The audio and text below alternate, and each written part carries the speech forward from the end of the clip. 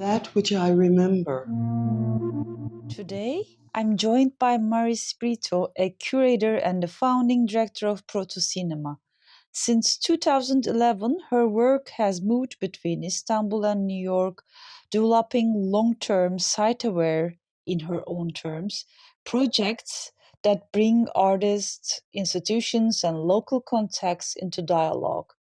She has led a curatorial mentorship program at 5533, Proto 5533, that became Protocinema Emerging Curator Series, which presents exhibitions by emerging artists and curators. With guidance from art professionals, mentor creators from Istanbul and abroad. It's a program I have been especially curious about, both in terms of how it was conceived and how it unfolded within its specific context. Hello, Mary. In this conversation, I would like to begin by talking about how your relationship with Istanbul developed and how that relationship eventually led to Proto 5533.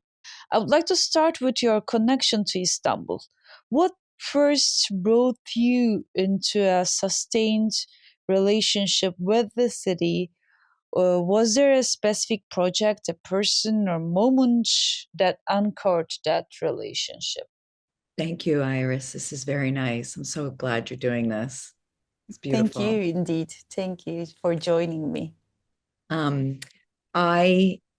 I came to Istanbul in 2007, which is the year that Hu Hanru was curating the Istanbul Biennial. Mm-hmm. And I was there and I really had a really great time and started coming 3 or 4 times a year for about 4 years before I moved to Istanbul. And I was working as director of 303 Gallery in New York, where I was for 12 years at the time.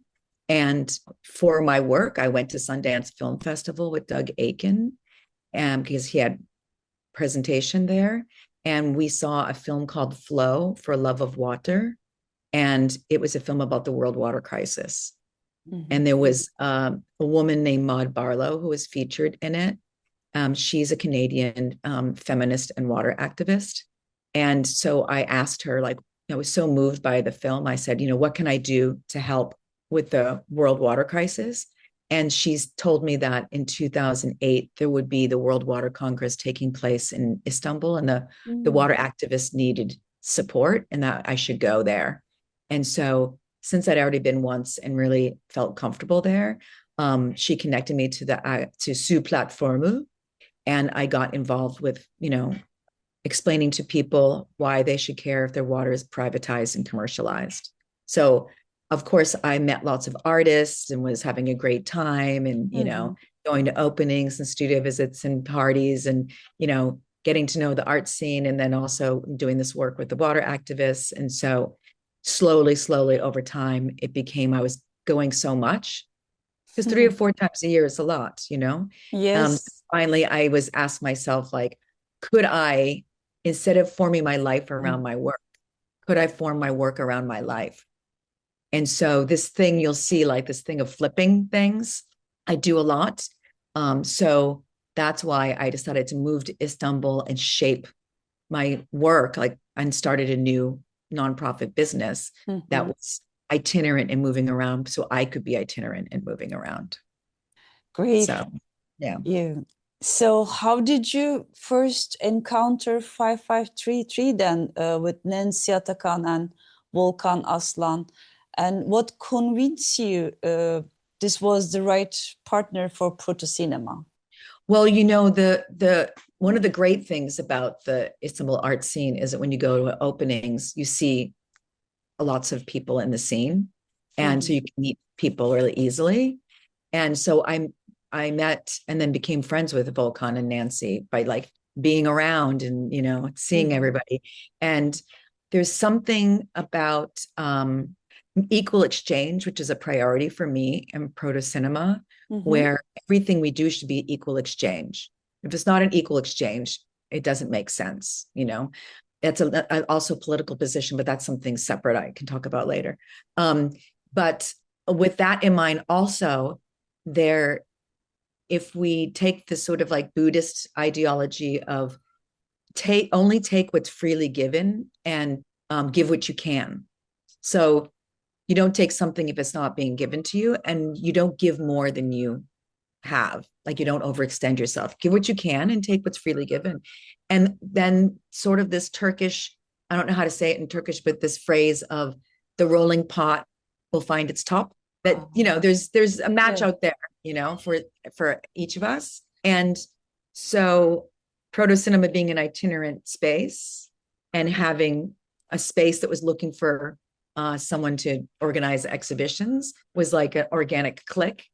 But also Protocinema was founded really on the ethos and the model of the 1970s American artist-run spaces, which was a decoupling from the market and being beholden to large-scale financial responsibility, you know, like not having a building, not having big budgets, so that we had more autonomy. It's a lot about hanging on to our autonomy. And so having friends that have an artist-run space, and since they're artists, they don't want to be running it all the time. They have people come in, like all the people you're interviewing, to organize things. That spirit of it, that it's incredible when you think about what 5533 is an empty room. So you get a key and it's a door and it's an empty room. And just giving that much to the art community, so much has happened, like all the stuff that you're researching right now. Totally. You just yes. give what you like. That's what there was. It was, and, you know, help moving things around and, you know, setting up the show and stuff. That was it. It seems like it's a huge, generous give, but it created like a little crack where so much could happen. So, and I was really felt like I was gaining a lot and learning a lot from the art community. And also I gave what I could. Like I had resources and relationships and knowledge that I could share if somebody wants it, you know? So it's this kind of mutual exchange thing again. And of course, like 5533 fit perfectly with the ethos of Protocinema. Exactly. And then can you explain about the program you have led at 5533? And when you think back on Proto 5533 as a whole, how do you tend to describe that experience now? Well, the first thing that comes to mind is it was really fun. And because Protocinema is itinerant and we make shows, you know, then we were making shows like 4 times a year. I had been hiring people that were in the art field to do things, and that because it wasn't a full-time job, they had other jobs. I knew lots of young people in the art scene that were doing different things. And I noticed that lots of them didn't know each other somehow. And then also that given the opportunity, they would be very happy to make an exhibition, but they didn't have any like opportunities to do so. And so the year that I started it in 2015, when Nancy and Volkan offered me the space, I was looking for a space for one exhibition, Mika Tajima. And they said, no, we want you to do it for like, you know, the whole season, like the 9 or 10 months. But I don't usually make shows in the same space more than once. It's happened occasionally, but it's very rare. And so I only needed it for 1 month. So I had the 8 months that I didn't need it. So instead of just taking it over for myself, I said, this is something I can share. And then I looked at, you know, who's around that maybe if I gave them some guidance and we did a little bit of work together, we could make exhibitions, and I could support all these interesting young people to make exhibitions. So that was the idea that we did. I think it was 7 curators, about 1 month each. And we fundraised all together, and I had them help each other out. And I invited people in the art scene in Istanbul and abroad to mentor with me. I was the lead mentor, obviously, because I was on the ground there. And all these curators made fantastic shows. And it was neck break. It was super fast. It's like boom, boom, boom, boom, boom, boom. But I think we all learned a lot, and we had a great time, and they make beautiful shows. It was super, super fun. I got excited. It was joyful for me. It was rewarding, you know? Yes, great. And I realized I wanted to do more of it. Maybe you do I also more? realized I didn't want to do it so fast. So I I'm slowed it I'm going down. to ask about it as well, Okay, actually. And then before getting to that, from your perspective in that period, how would you describe a 553's position in Istanbul's contemporary art landscape? I mean, was it seen peripheral, experimental, or under the radar, or strategically important? Well, I saw that you had that question, and I thought that was interesting because maybe coming from the American context, where artists, not non-for-profits, are a really important, vital part of the art field, I saw it as a vital, important part of the art field. I didn't see it as periphery. Uh-huh. But then also, from where I was at that time, where I am now also, I don't value the bigger institutions more than smaller institutions. I think they have different roles to play, and it's not hierarchical just because one organization has like bigger real estate or more funding or all that kind of stuff. And I think that if you look at the trajectory of what 5533, all the artists and curators that supported, they grew there and were able to go on to do things at galleries and institutions. Yes, totally. 553 wasn't there, they wouldn't be as evolved and have grown those legs. So I think that's absolutely essential, and especially because the art schools in Istanbul don't address those kinds of contemporary exhibition making concerns, which is fine. They have a different role. They teach different things. So I think that about this thing about devaluing and overvaluing is not actually real, and I don't believe in it. And I think that from the beginning, like Hu Hanru used with that space in the biennial, like it was always part of the international discourse and the Istanbul art scene discourse, as I think vital and valuable. For me, I thought it was the same as going to Salt or Sanatorium, or Ikaseve exhibition, or like an Avto exhibition. Like they're all very vital and essential. And does that answer your question? Yes, of course. Okay. Thank you. But today we can see a modest but real arts presence emerging around İMÇ, some spaces, studios, and activity. How do you read this transformation? Well, I think, obviously, even from the first time going to İMÇ, I thought this would be a great place for a biennial, interdispersed with all the, shops that are functioning there. And I'm curious why that never happened. But I think it makes sense that, other things follow, becomes populated, because that's lovely. I hope it doesn't put pressure on 5533 to be something else that it's not, performing for a certain part of the art field that because of where it was and how it was, that's part of what made it special. Like I think the thing with residencies, from what I have seen, and art schools, that artists need privacy to make work. Making work is a very vulnerable, intimate act. And it's one thing for artists to visit each other's studios or be neighbors and like maybe have, discourse about the work or just about life and stuff.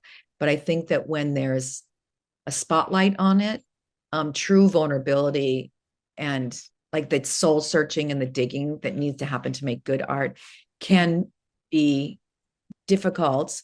And even, when Salt opened the Galata space, the artists mostly wanted to show in the space underneath the stairs, on the second floor.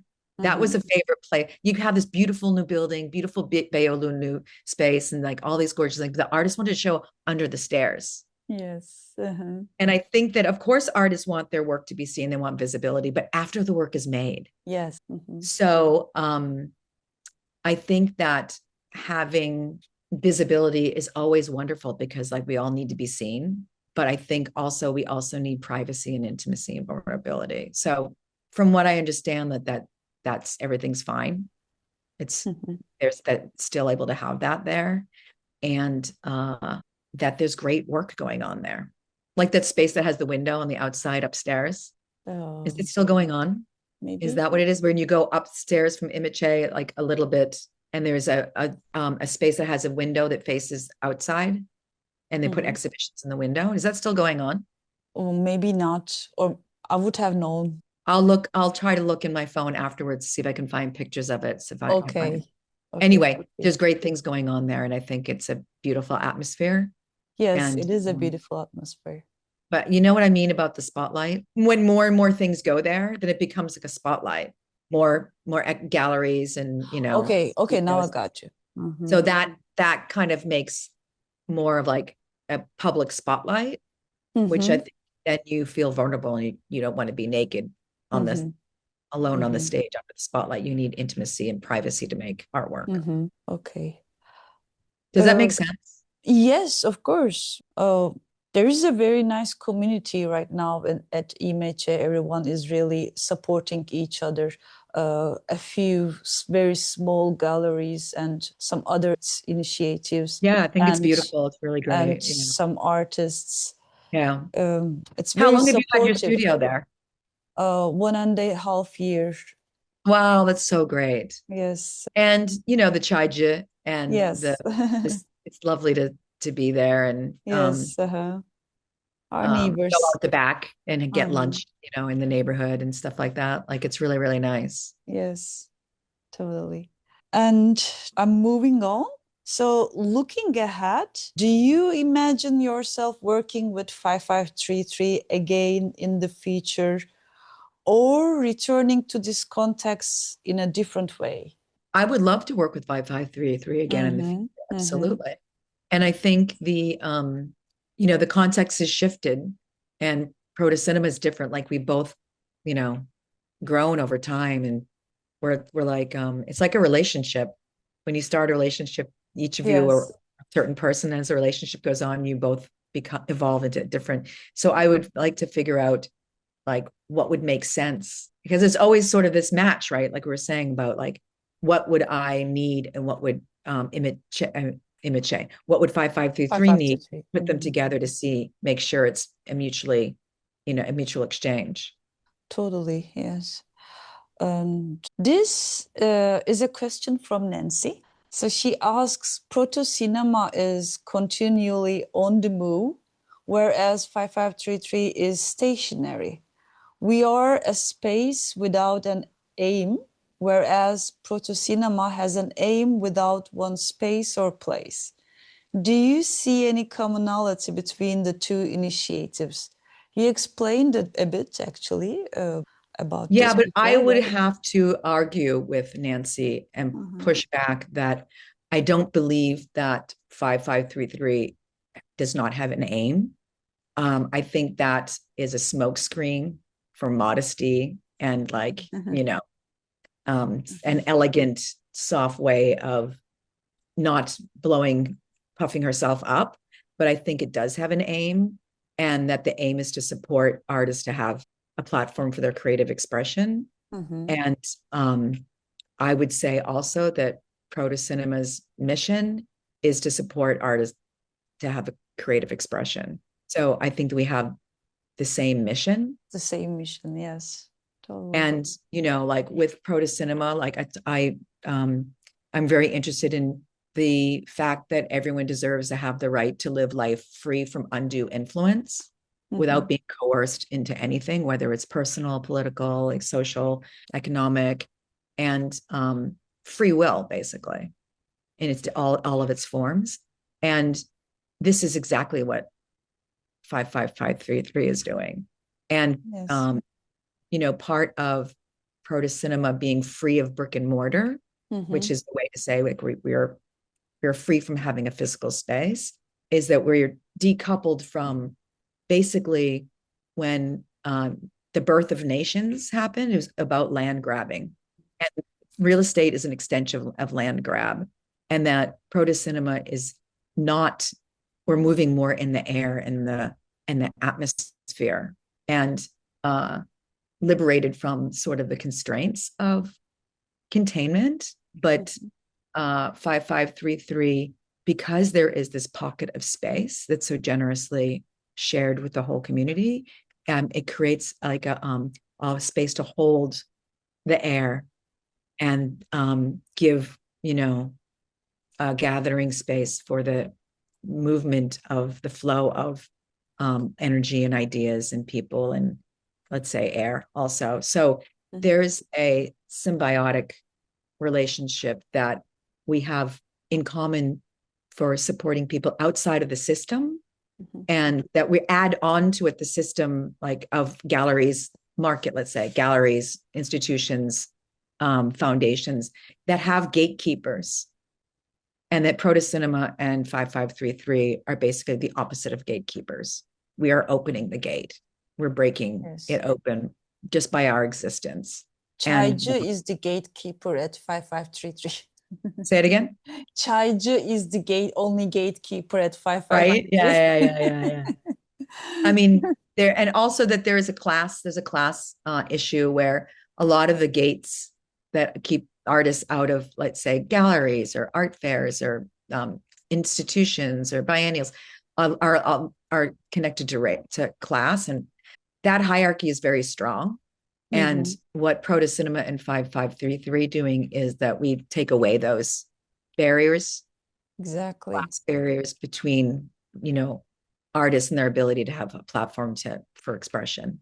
So I think that, being liberated from and being interconnected in a way that empowers both of us. We're not taking away anything from each other. Actually, it's additive.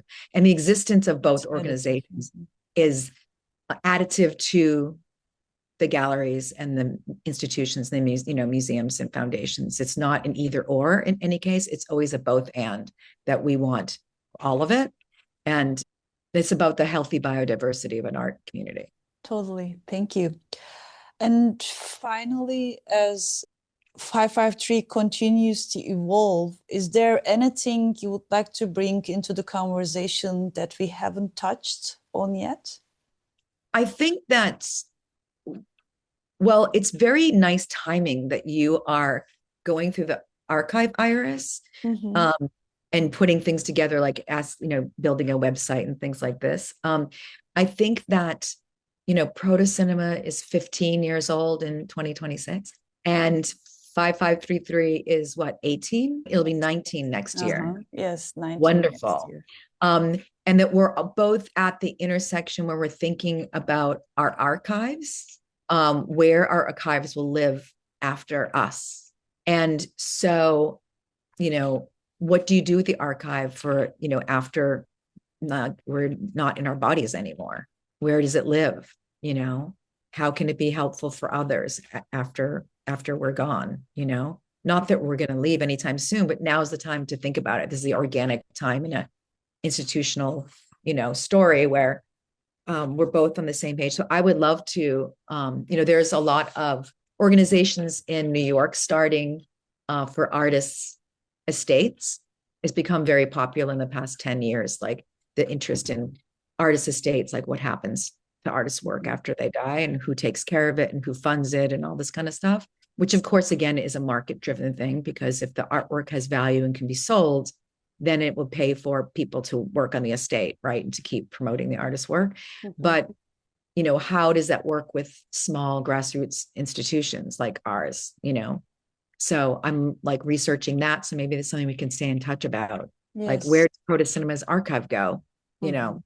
Where does IMÇ''s, I keep saying that, where does 5533's archive go? So I think that there's shared journey in this, next stages of our evolution, where I've also slowed down, like where the first year we did 7 emerging curators in 1 year, then we slowed it down to 1 each year. And sometimes years I took a break and did some other things. But now the emerging curator for Protocinema is for 2 years, for 2025 and 2026. And because we needed more time to do fundraising and to find a space and to develop, so it's gotten even longer. But I think it's going to be a really beautiful, important show. It's in Chinatown, and it's about labor and care, and Mhm. all the artworks are going to function as actually providing a service to the community in Chinatown. So how can we stretch what art can do for what the needs are, being responsive again to context? Yes. I think we But the should. archive thing, I think, is really like where the archive goes is something we could keep talking about. I was just going to say we should keep in touch about that archiving strategies. Where does it Hopefully, live? Where can it live? You know, where does it make Yeah. sense? Yes. And what kinds of materials will carry all that archive? Right now, we are doing the web page, but I'm looking forward to maybe make a book of it, because physical materials, they still have a better impact, I feel like. Yeah, they travel in different ways and live Yes. a long time. Yeah. Well, let's stay in touch about this archive idea. Because Exactly. I will I be think very it's happy. very interesting. Yeah. Yes. So, anything else that you want to say, your final words? Or Well, if there's anything that you need from me, please let me know. I mean, I'm very Okay. eager to do what I can Okay. and I'm be happy to there. hear that. Thank you. Yeah, absolutely. It's very like vibrant living thing for me. And I want to stay connected even though I'm physically, in New York right now. Okay. Thank you, Mary. Thank you so Iris, much. thank you for your time. This is super generous. I really appreciate it. Yeah, it's generous of you indeed.